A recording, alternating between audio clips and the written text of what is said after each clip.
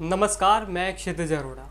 India और भारत के नाम पर बहस करने वालों का सर क्या तब शर्म से नहीं झुका होगा जब मणिपुर से इंडिया और भारत दोनों को ही शर्मसार करने वाला वीडियो सामने आया।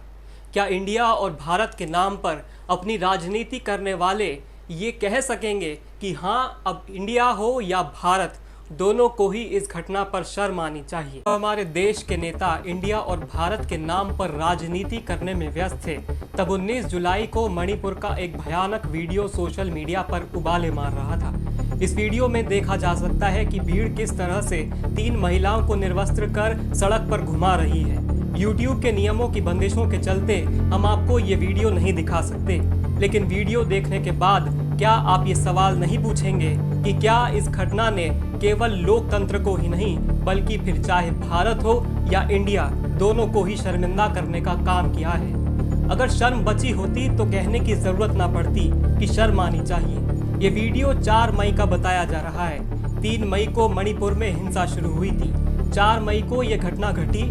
18 मई को इस घटना को लेकर शिकायत दर्ज कराई गई, लेकिन इस मामले की प्राथमिकी दर्ज करने में करीब 50 दिन लग गए, यानी 21 जून को इसकी FIR दर्ज की गई।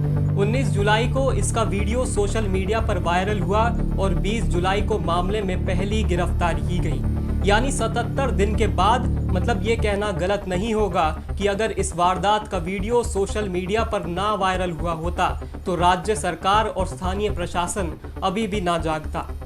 अब तक इस मामले में 6 लोगों को गिरफ्तार किया गया है, लेकिन अगर आप वीडियो देखें तो आप देखेंगे कि कई लोगों की भीड़ ने इस घटना को अंजाम दिया। करीब 2 महीने के बाद भी कुछ लोगों को गिरफ्तार करके सिर्फ गिरफ्तारी का नाटक किया जा रहा है, जबकि वीडियो में सैकड़ों की भीड़ साफ देखी जा सकती है। वायरल वीडियो की एक महिला के पति ने कहा कि मैंने कारगिल युद्ध में देश की रक्षा की, लेकिन अपनी पत्नी की रक्षा नहीं कर पाया। मणिपुर के मुख्यमंत्री एन बीरेन सिंह से जब इस वीडियो को लेकर सवाल पूछा गया, तब उन्होंने कहा कि ऐसी सैकड़ों घटनाएं मणिपुर में हुई हैं। सोचिए, ये सिर्फ एक घटना का वीडियो है और मुख्यमंत्री ने कह रहे हैं कि ऐसी सैकड़ों घटनाएं हुई हैं। तब क्या इस बयान के बाद भी एन बीरेन सिंह को अपने पद पर रहने का कोई अधिकार बचता है? क्या नैतिक तौर पर एन बीरेन सिंह को इस्तीफा नहीं दे देना चाहिए? क्या केंद्र सरकार को अब तक उन्हें बर्खास्त नहीं कर देना चाहिए था? मैं आपको पहले भी कह चुका हूं, अगर मणिपुर में कांग्रेस की सरकार होती तो केंद्र की सरकार राज्य की सरकार को अब तक बर्खास्त कर चुकी होती। में क्या ना कहा जाए कि एक इंसान की सत्ता की भूख ने मणिपुर को हिंसा की आग में झोंक दिया। 4 मई को मणिपुर में झूठी खबर फैलाई गई कि एक मैतेई महिला की कुकी पुरुषों ने हत्या कर दी है, जबकि वो खबर दिल्ली की थी और बहुत पुरानी थी। इस फेक न्यूज़ की आग ने मैतेई पुरुषों को कुकी महिलाओं के खिलाफ आदमखोर बना दिया और 3 महिलाओं को निर्वस्त्र कर घुमाया गया, जिसका वीडियो सामने आया। ये वही फेक न्यूज़ है जिसने हिंदी प्रदेशों में लोगों को एंटी मुस्लिम बना दिया है। 3 मई से ही मणिपुर में इंटरनेट बंद है, जिसकी वजह से ये 4 मई का वीडियो अब सामने आया है। 3 मई से लेकर अब तक प्रधानमंत्री नरेंद्र मोदी ने मणिपुर को लेकर चुप्पी साध रखी थी। 3 मई से अब तक प्रधानमंत्री कई देशों की यात्रा पर गए, कई बार अलग अलग प्रदेशों में रैलियां करने गए, लेकिन मणिपुर जाने के लिए समय नहीं निकाल पाए, बल्कि जाना तो दूर की बात है, कुछ बोल भी ना पाए। लेकिन 20 मई को प्रधानमंत्री नरेंद्र मोदी ने मणिपुर को लेकर अपनी चुप्पी तोड़ी। हालांकि आप इसे सुप्रीम कोर्ट के दबाव में आया बयान कह सकते हैं। मणिपुर के वायरल वीडियो को लेकर सुप्रीम कोर्ट और चीफ जस्टिस DY चंद्रचूड़ ने केंद्र और मणिपुर की राज्य सरकार को फटकार लगाई।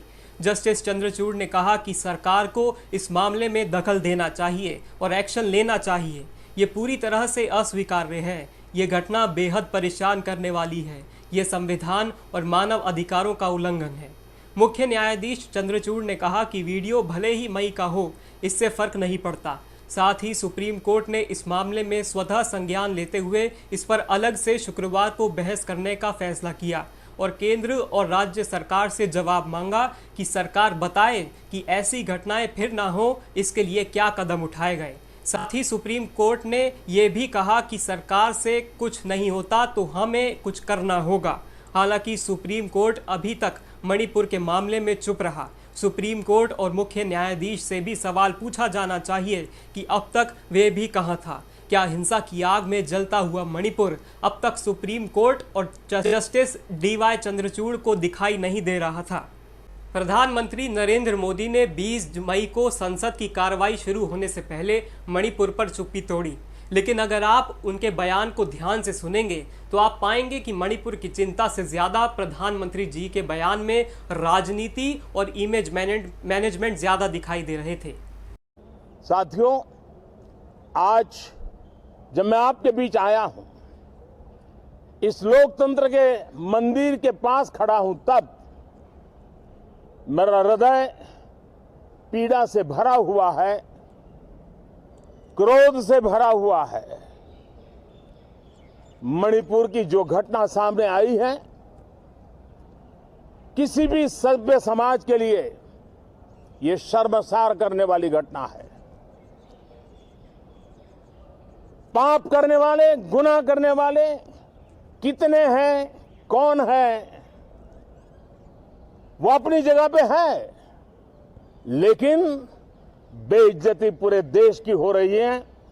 140 करोड़ देशवासियों को शर्मसार होना पड़ रहा है।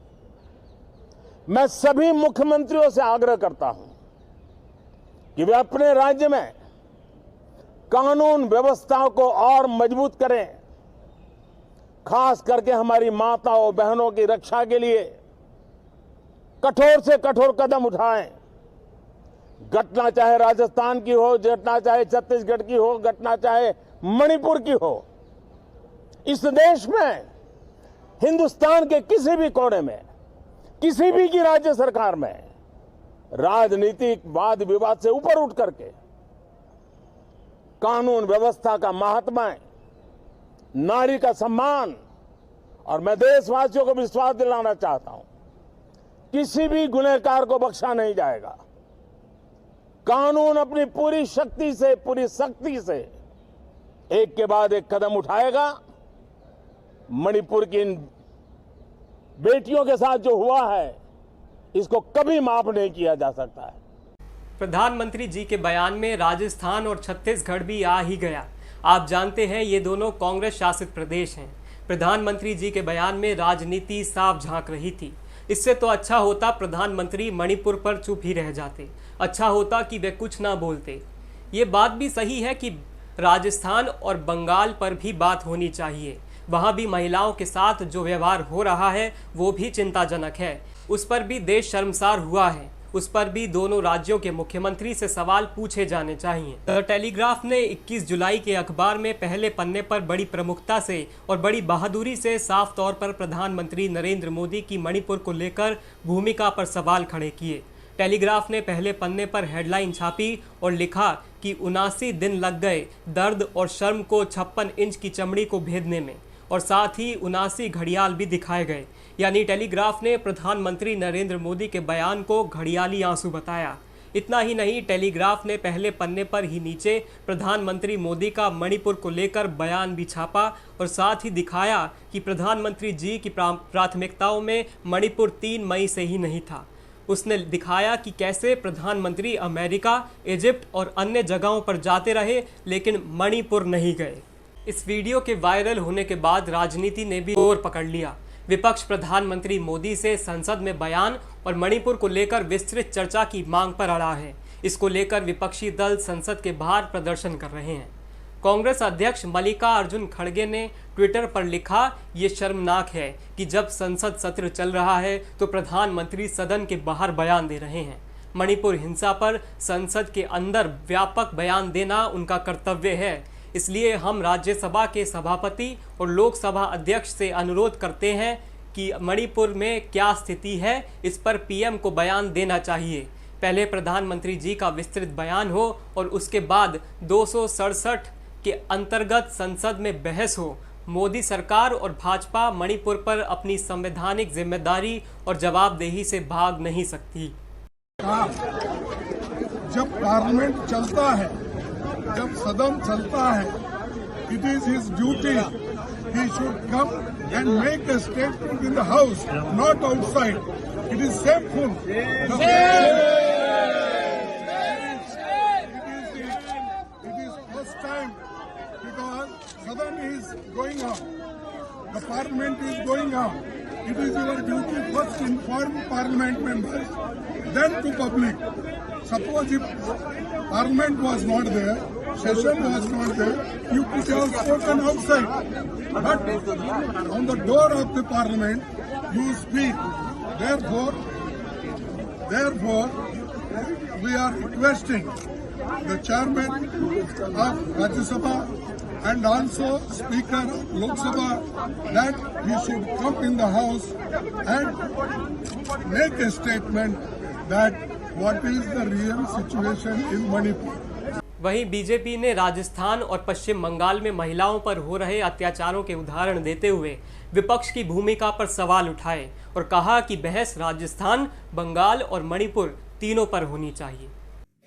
ममता बनर्जी जी, न जाने आपके दिल में ममता बची है कि नहीं बची है, ये सवाल खड़ा होता है। बंगाल के हावड़ा में इंसानियत शर्मसार हुई है, लेकिन सबके होंठ सिले हुए हैं जी। हावड़ा के पांचला इलाके में पंचायत चुनाव के मतदान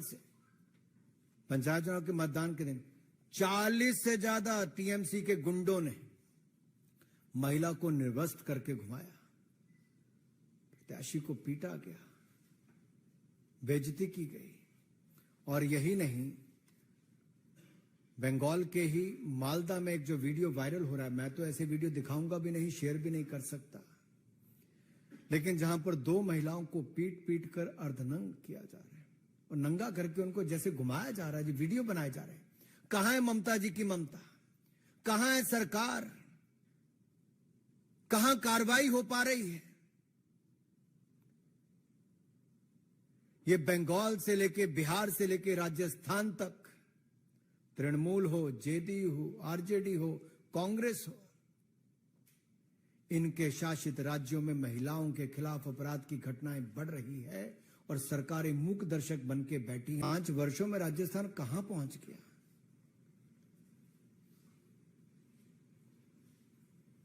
और जब वहां पर महिलाओं के प्रति कितनी घटनाएं दुष्कर्म की, अत्याचार की, अपराध की हुई। एक शांत राज्य, सुरक्षित राज्य पिछले 5 वर्षों में नंबर 1 महिला अपराध में बन गया है। जिनको बचाने का काम किया है अशोक गहलोत जी ने, वो शांति धारीवाल जी, क्या कहते हैं? जब महिला के साथ बलात्कार की घटना हुई, अपराध की घटना हुई, तो उन्होंने कहा ये मर्दों का प्रदेश है, और पूरे कांग्रेसी ठहाका मार के हंसते हैं, मंत्री और विधायक, और मजाक उड़ाते हैं।